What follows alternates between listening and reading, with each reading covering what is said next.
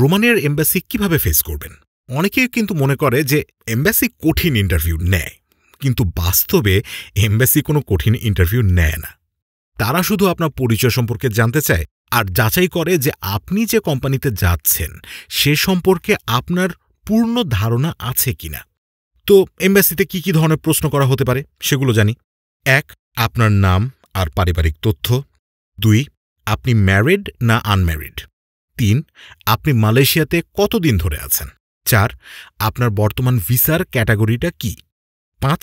রোমানিয়ায় আপনার কোম্পানির নাম আর লোকেশন। ৬. আপনি কত ঘন্টা কাজ করবেন। ৭. আপনার বেতন কত। ৮. আপনি কিভাবে এই কোম্পানির সম্পর্কে জানলেন। ৯. আপনি সেন্ট্রাল ইউরোপে যাবেন কিনা, ইউরোপে আপনার আত্মীয় স্বজন আছে কিনা। এগুলো খুবই কমন কোয়েশ্চেন, এতে নার্ভাস হওয়ার কিছু নেই। আপনি এম্বাসি ফেস করার ১ মাস আগে থেকেই প্র্যাকটিস শুরু করলে বেশ ভালোই করতে পারবেন। আপনি যত কনফিডেন্টলি উত্তর দেবেন, রিজেক্ট হওয়ার সম্ভাবনাও ততই কম থাকবে। আরেকটা ব্যাপার একটু বলে রাখি এখানে যে আপনি এম্বাসিতে ঢোকার পর থেকে কিন্তু আপনাকে নজরদারিতে রাখা হতে পারে। মানে আপনি কিভাবে হাঁটছেন, বসছেন, কথা বলছেন ইত্যাদি ইত্যাদি। তাই ওখানে যাওয়ার পর থেকেই মার্জিতভাবে চলার চেষ্টা করবেন অবশ্যই। অতিরিক্ত স্মার্টনেস কিন্তু শো করবেন না।